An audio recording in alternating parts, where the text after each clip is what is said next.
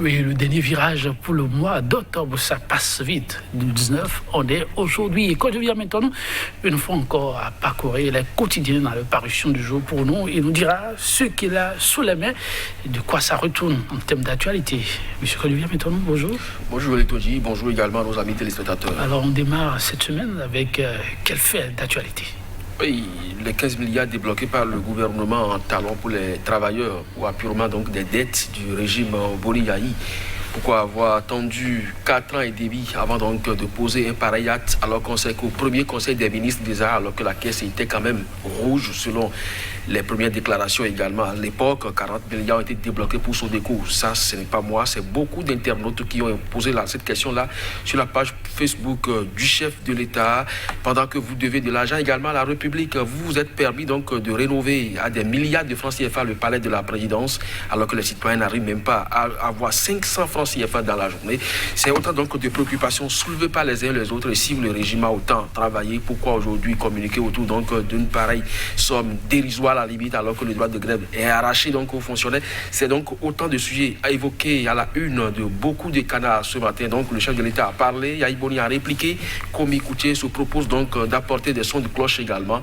Des syndicalistes déçus, des fonctionnaires ne se retrouvent pas dans les déclarations parce que n'ayant pas ces arriérés dus donc à leur personne. Bref, je vous l'ai dit, l'actualité est riche, autant que le nombre de jours que nous avons également. Alors, on démarre, on a hâte de découvrir les titres. On démarre avec le quotidien. Actu Express qui ce matin donc se préoccupe également de cette actualité et écrit donc un titre passe d'armes autour des chiffres de la dette des travailleurs. Lorsque le social s'invite dans la présidentielle de 2021, en tout cas les bénéficiaires pour départager les politiques et autres acteurs techniques, écrit ce journal. Dynamisme Info, toujours dans cette même dynamique, 15 milliards de francs CFA pour les arriérés de fonctionnaires donc curieux regain d'intérêt à quelques mois des prochaines élections, dette vis-à-vis des travailleurs. Yayi démonte les accusations contre sa gouvernance, écrit ce journal. Et puis la dépêche, l'ancien président réplique au chef de l'État suite à son poste. La réponse de Boni Yayi à Patrice Talon, c'est toujours par rapport donc à ces 15 milliards de dette. L'Afrique en marche se préoccupe d'autres choses après les législatives de 2019. La CEDEAO a trahi le Bénin. Peut-on lui faire confiance sur le parrainage? Et puis, rencontre syndicat gouvernement. La CSTB se démarque des autres centrales. Le problème n'est pas que financier. Et 5 minutes pour poursuivre avec cette même vision. Rencontre talon syndicaliste. La déception de la CSTB. Le confrère de la matinée présidentielle de 2021. Quel parti portera la candidature de Patrice Talon? Se demande dans ce journal. Le nouvel observateur qui fait un récapitulatif de cette actualité, des accords sur les dettes héritées envers les travailleurs entre Talon et Yayi qui dit la vérité. Le compte rendu officiel à retrouver dans les colonnes du journal, les réserves de la CSTB, le poste de Patrice Talon. Quand Thomas Boni Yayi confond Talon, Komi Koutié encore, une pure invention des chiffres. Se désole-t-il? Satisfaction des besoins des travailleurs. Le droit de grève vaut plus que 15 milliards de francs CFA. Écrit à la une ce journal. Le pays émergent cette fois, dette de l'État envers les travailleurs. Boni Yayi répond à Patrice Talon et relève des contre-vérité. L'écho info, 15 milliards pour payer une partie de la dette des travailleurs. Patrice Talon tente de redorer le blason par des actions spectaculaires à seule fin de rempiler, n'est-ce pas, trop tard pour emporter la conviction des uns et des autres avec tout ce qui s'est passé en 5 ans, se demande-t-il. Dans une déclaration faite le 16 août 2020 à Glazoué, pour la prochaine élection présidentielle, il n'y a aucune autre option que l'ouverture. C'est bien sûr Frédéric Joël Aïvo. Matin libre. Après la deuxième rencontre talon syndicat sur fond de propagande, ça dégaine, s'exclame Matin libre. Yayi et des fonctionnaires prennent le contre-pied, saltant pour la rupture sur les réseaux sociaux. La franchise des SG confédéraux très attendu, opinion, élection en Afrique, entre désillusion et espoir, et puis professionnalisation du football au Bénin, réalisme ou utopie. Palabre au quotidien, polémique autour des arriérés dus aux travailleurs au 5 avril 2016. Komi Koutié souhaite un débat contradictoire. Point média maintenant pour terminer. Un premier conseil des ministres a débloqué des arriérés pour la Sodeco. 4,5 ans de réforme n'ont pas suffi pour purger donc la dette des travailleurs à qui profite la Dupré. Et puis présidentielle de 2021, le plan pour duper et exclure l'opposition politique, l'affiche du parrain, le nouveau nom du certificat de conformité, 15 milliards de francs CFA aux travailleurs, dette ou libéralité électoraliste, c'est une interrogation à la une du journal. Et en attendant qu'on en arrive là, Joël Aïvo poursuit, critique violemment donc le principe du parrainage, Joël Itoji. Ah oui, merci à vous. Quand je viens maintenant, un exercice qui n'est pas forcément aisé à faire, mesdames et messieurs. Merci pour la collecte de la matière. On va y aller très rapidement. Pourquoi ne pas démarrer avec Dynamisme Info qui revient sur cette rencontre avec les travailleurs et qui s'interroge quel regain d'intérêt aux travailleurs. Oui, ça saute à l'œil et je crois que c'est le titre du journal Point Média qui va beaucoup plus répondre à cette préoccupation de ce journal.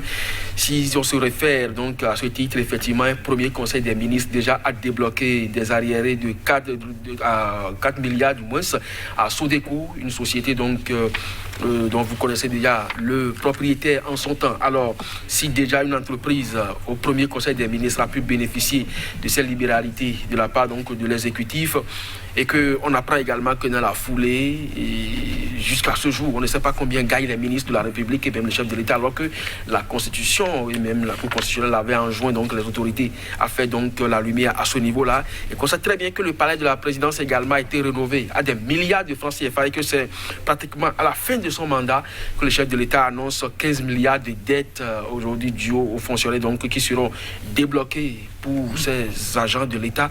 On se demande vraiment à quelle fin, mais vraiment à qui profite donc cette duperie. C'est une interrogation à la une de beaucoup de canards et il ne suffit donc que de jeter un coup d'œil sur la page Facebook attribuée au chef de l'État pour voir donc la réaction des internautes. Je l'ai dit, je ne crois pas que l'on puisse apporter beaucoup plus d'informations aujourd'hui qui changerait donc la donne. Ce qui a été dit là-bas est suffisamment évocateur et donc vous n'avez qu'à faire donc le tour pour réaliser jusqu'à quel point. Et c'est vraiment à la limite une bagatelle pour beaucoup de citoyens parce que le peuple souffre mieux et 15 milliards c'est rien dans une république où on ne vaut que les milliards à tout vent. Maintenant, on se demande si véritablement c'est la caisse de l'État, donc le trésor, à travers donc la collecte des tasses qui vont servir donc à payer parce qu'au-delà des 15 milliards, c'est 87 milliards de dettes qui est évoqué. Est-ce que c'est les collectes au niveau donc des tasses et impôts qui serviront à ça ou c'est beaucoup plus les emprunts obligataires qu'on sollicite tous les mois qui vont servir donc à payer ces 87 milliards. De toutes les façons, les citoyens attendent, les fonctionnaires ont croisé les doigts et attendent parce qu'il y a beaucoup d'universités aujourd'hui qui sont montées au créneau. Et il y a un qui allait jusqu'à dire que c'est une politique de métafou Gana, c'est une expression, mais ne peut plus dire que bon, ce qui se fait là, c'est pratiquement comme vous allez en souffrir, vous ne pourrez rien faire, parce qu'ils ont comme l'impression que c'est à chaque veille des élections qu'on annonce donc le paiement des arriérés, et jusque-là, ils ne le ressentent pas sur leur fiche de paye. En tout cas, quand je viens maintenant vous parler de réaction des citoyens, oui, ça va dans tous les sens, mais il y a eu d'autres réactions, mesdames, messieurs. L'ancien chef d'État interpellé est monté au créneau quand je vis à maintenant.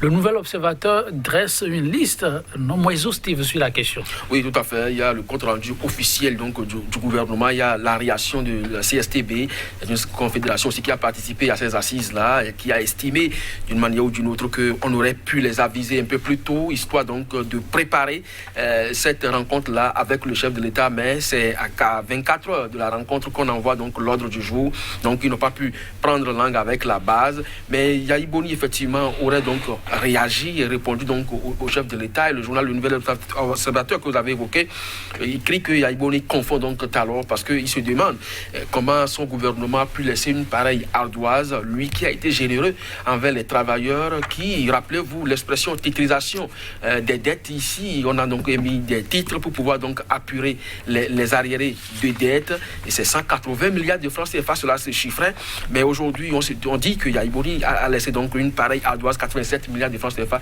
Il se dit qu'il ne se retrouve donc pas dans ces chiffres avancés par le gouvernement Talon pour justifier donc ce qui est aujourd'hui ventilé par la presse et les réseaux sociaux également. Mais l'autre chose aussi, c'est que son dernier ministre de l'économie et des finances, Kwame Ecoutché, est allé jusqu'à demander, si possible, qu'on lui donne donc la possibilité de rencontrer l'agentier actuel pour pouvoir donc confronter les chiffres et savoir si véritablement ce n'est pas une pure invention comme depuis peu. Comment vous le dites si bien, oui, Kwame Ecoutché, le palabre va plus loin en dehors de l'agentier national. L'ancien agentier serait prêt à rencontrer l'actuel chef de l'État. Décidément, après Joël Aïvor, il faut dire Kwame Ecoutché, dans un autre registre, voudrait bien croiser les fers avec Patrice Talon. C'est signé le palabre, c'est bien ça? Oui, tout à fait. Le journal rapporte donc que Kwame Ecoutché souhaite un débat contradictoire parce que c'est flagrant. 15 milliards de francs CFA aujourd'hui à débloquer donc pour satisfaire les travailleurs pour un total de dettes qui s'élève à 87 milliards de francs CFA. L'homme se demande véritablement d'où est-ce que le gouvernement est allé tirer donc ces chiffres. Alors, quand il s'agit donc de chiffres, nous, on va plutôt se retirer et permettre donc à ces hommes qui s'y connaissent et toujours ceux qui ont participé aux affaires et qui sont encore là aujourd'hui à le faire d'autres. Donc, aussi bien le ministre de Talon que le président lui-même ou le ministre Kwame Ecoutché et Aïboni. Je crois que c'est un duel qui s'annonce vraiment des plus fratricides. Merci à vous. Quand je viens maintenant, chers téléspectateurs, tout un plaisir. À demain.